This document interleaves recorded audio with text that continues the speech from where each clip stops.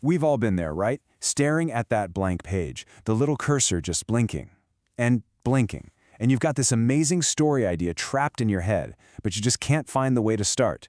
Well, let's fix that. Today, we're going to see how to build an entire world starting from just one sentence. So here it is. This is our starting point. It's pretty simple, a little bit mysterious, and it is going to be the foundation for everything we talk about today. Just let it hang in the air for a second. What does that sentence make you feel?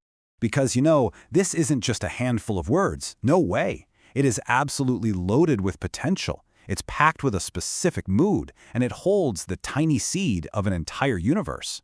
And that is exactly how we're going to treat it. Think of this sentence like a key that's specially made to unlock the door to your imagination and just completely bypass that writer's block we all hate. And here's the deal. By the time we're done here, you're going to have a super clear, step-by-step method to take basically any prompt like this one and turn it into a story that people can't put down. So let's get into it. Okay, first things first. We have to put on our detective hats. Seriously, we need to break this sentence down, look for all the clues, and figure out what we actually know versus what the sentence just makes us feel. And check this out. On the left, you've got the hard facts. It's raining, someone is alone, they're at home, and there was a loud bang. Simple. These are the non-negotiable rules of our story.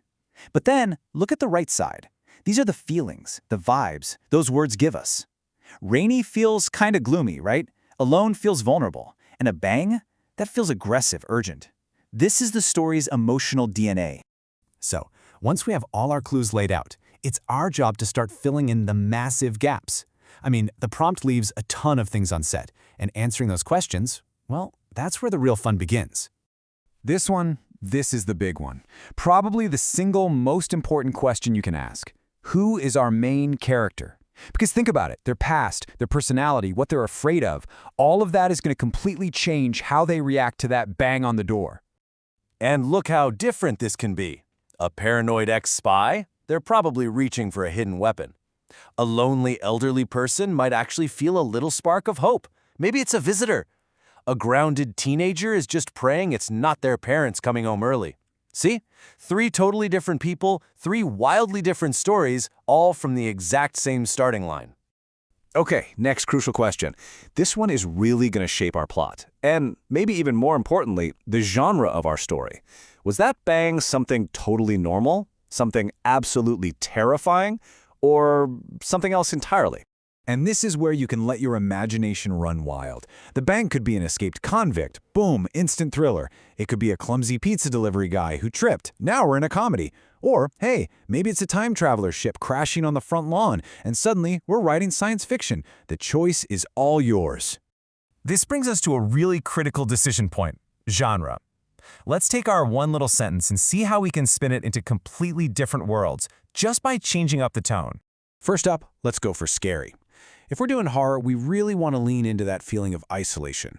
We're going to stretch out every second and make every little sound feel like a huge threat. We're building suspense here. You feel that?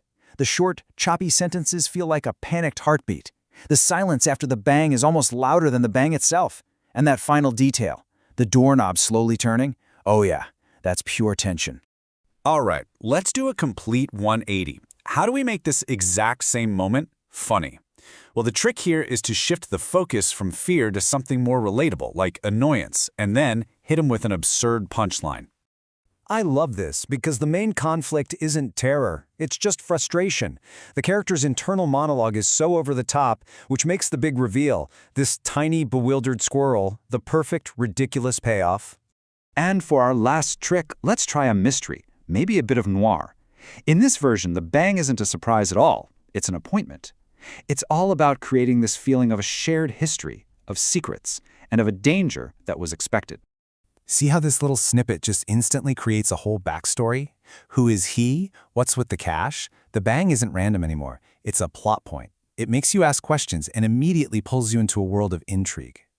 So, you've taken the prompt apart, you've brainstormed your hero and your plot, you've even picked a genre. Now, before you start writing pages and pages, you need a map. You need a blueprint for your story. And this right here is the classic map. It's the structure behind almost every story ever told.